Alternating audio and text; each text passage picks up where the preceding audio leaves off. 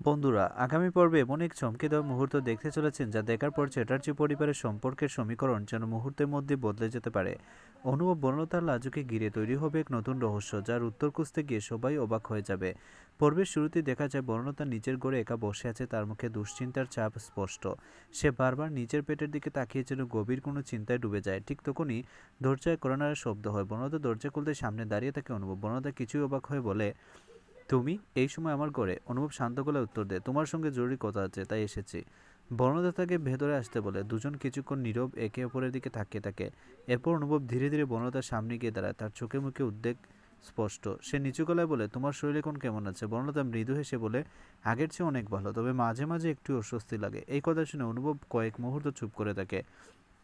তারপর দ্বিধা নিয়ে ধীরে ধীরে বনলতার পেটের উপর হাত রাখে। মুহূর্তের মধ্যে অনুভবের মুখের অভিব্যক্তি বদলে যায়। সে যেন কিছু অনুভব করে বিস্ময়ে কয়েক কদম পিছিয়ে যায়। তার চোখে স্পষ্ট অবাক হওয়ার ছাপ। সে আস্তে করে বলে, এটা আমি তো ভাবতে পারিনি। বনলতা উদ্বিগ্ন হয়ে জিজ্ঞেস করে, কি হয়েছে অনুভব? তুমি এমন অবাক হয়ে গেলে কেন? ঠিক তখনই ঘরের বাইরে করিডোরে দিয়ে হাঁটতে হাঁটতে সেখানে এসে পৌঁছে লাজু। ভেতর থেকে কথাবার্তার শব্দ শুনে সে অজান্তে দরজার সামান্য খোলা অংশ দিয়ে তাকায়। আর ঠিক সেই মুহূর্তে সে দেখে অনুভব বনলতার একেবারে সামনে দাঁড়িয়ে আছে, আর কিছুক্ষণ আগে সে বনলতার পেটে হাত রেখেছিল। এই দৃশ্য দেখে লাজুর চোখ বিস্ময়ে বড় হয়ে যায়। সে বিশ্বাসই করতে পারে না নিজের চোখে যা দেখেছে সেটা সত্যি। তার বুকের ভেতরটা হঠাৎ কেঁপে ওঠে। সে মনে মনে বলতে থাকে, কিটকেল, তুমি তাহলে সত্যি বনলতা দিদির এতটা কাছের? আমি কি আবারও তোমাকে ভুল বুঝলাম নাকি? এরপর যেন অন্য কোনো সত্য লুকিয়েছে। লাজুর চোখে ধীরে ধীরে ভিজে ওঠে। কিন্তু সে আর এক মুহূর্ত সেখানে দাঁড়িয়ে থাকতে পারে। নিঃশব্দে সেখান থেকে সরে যেতে উদ্যত হয়। ঠিক তখনই ঘরের ভেতর থেকে অনুভবের একটি কথা তার কানে ভেসে আসে, আজ আর সত্যিটা লুকিয়ে রাখার কোনো উপায় নেই। এই একটি কথা শুনে লাজু থমকে দাঁড়ায়। কোন সত্যের কথা বলছে অনুভব? বন্যতার পেটে হাত দিয়ে এমন কি অনুভব করলো সে? আর লাজু কি পুরো ঘটনাটা ভুল বুঝলো, নাকি সত্যি কোনো বড় রহস্য সামনে আসতে চলেছে? লাজু দরজার বাইরে নিঃশব্দে দাঁড়িয়ে থাকে। তার বুকের ভেতর কি যেন ভোর বয়ে যাচ্ছে। ভেতরে কী কথা হচ্ছে সেটা জানার জন্য সে আর এক পাও সরে যেতে পারে না। এদিকে অনুভব বনলতার দিকে তাকিয়ে গম্ভীর কণ্ঠে বলে, এতদিন ধরে আমি নিজেও বিষয়টা নিয়ে দ্বিধায় ছিলাম, কিন্তু আজ নিজের চোখে দেখার পর বুঝতে পারছি আর সত্যিটা অস্বীকার করার কোনো উপায় নেই। বনলতা নিচু গলায় জিজ্ঞেস করে, তাহলে এখন তুমি কি করবে? অনুভব দীর্ঘশ্বাস ফেলে উত্তর দেয়, যাই হোক, এই বিষয়টা সবাইকে জানানো যাবে না। সময় না আসা পর্যন্ত আমাদের চুপ থাকতে হবে। দরজার বাইরে দাঁড়িয়ে থাকা লাজু এই কথাগুলো শুনে আরও ভেঙে পড়ে। সে মনে মনে বলতে থাকে, তাহলে কিটকেল এতদিন আমার কাছ থেকে সবকিছু লুকিয়েছে। আমি যাকে এতটা বিশ্বাস করেছি সেই আমার সঙ্গে এমন করলো। তার চোখ দিয়ে টপ টপ করে জল পড়তে শুরু করে। ঠিক তখন লাজুর হাত থেকে মোবাইল ফোন মেঝেতে পড়ে যায়। শব্দ শুনে অনুভব বনলতা দুজনে চমকে দরজার দিকে তাকায়। অনুভব দ্রুত দরজা খুলতে দেখে করিডোরে লাজু দাঁড়িয়েছে, তার চোখে ভেজা, মুখে কষ্টের চাপ। অনুভব অবাক হয়ে বলে, লাজু তুমি এখানে? লাজু কাঁপা গলায় উত্তর দেয়, আমি সব শুনেছি কিটকেল, আর কিছু বলার দরকার নেই। এই কথা বলে সে দ্রুত সেখান থেকে দৌড়ে চলে যায়। অনুভব তার পেছনে ছুটতে যায়, কিন্তু বনলতা তার হাত ধরে বলে, এখন যেও না, ও এখন কোনো কথা শুনবে না। অনুভব কয়েক মুহূর্ত দ্বিধায় দাঁড়িয়ে থাকে। অন্যদিকে লাজু হাসপাতালে বাগানে গিয়ে একা বসে কান্না করতে থাকে। সে মনে মনে বলতে থাকে, ভালোবাসা যদি এভাবেই শেষ হয়ে যায় তাহলে এতদিনের সব বিশ্বাস কি মিথ্যে ছিল?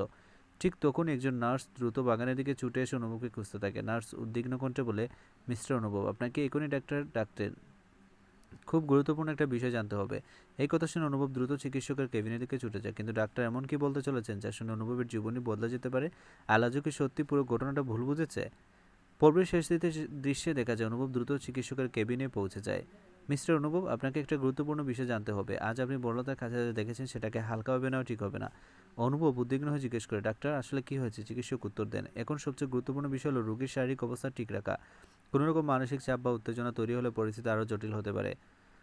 সে মনে মনে বলে, আমি আর কাউকে বিশ্বাস করতে পারছি না। নিজের চোখে যা দেখলাম সেটাকে কীভাবে অস্বীকার করবো? ঠিক তখনই বনলতা ধীরে ধীরে লাজুর কাছে এসে শান্ত গলায় বলে, লাজু তুমি যেটা দেখেছো পুরো ঘটনা তেমন নয়। লাজু চোখের জল মুছে বলে, দিদি আমাকে আর কিছু বলো না, আমি নিজের চোখে সব দেখেছি। বনলতা কিছু বলতে গিয়েও থেমে যায়। সে লাজুর সামনে দাঁড়িয়ে বলে, লাজু প্লিজ একবার আমার কথাটা শোনো। কিন্তু লাজু মাতানের উত্তর দেয়, না কিটকেল, আজ আর কোনো ব্যাখ্যা শুনতে চায় না। এই কথা বলে সে সেখান থেকে চলে যেতে উদ্যত হয়। তারপর সে মনে মনে বলে, যদি ছবিগুলো লাজুর হাতে পৌঁছে যায় তাহলে সবকিছু শেষ হয়ে যাবে। ক্যামেরা ধীরে ধীরে অনুভবের উদ্বিগ্ন মুখ, লাজুর ভেজা চোখ, বনতার বিস্মিত চেহারা দিকে ঝুম করতে থাকে। সেখানেই শেষ হয়ে যায় আগামী পর্বের প্রোমো।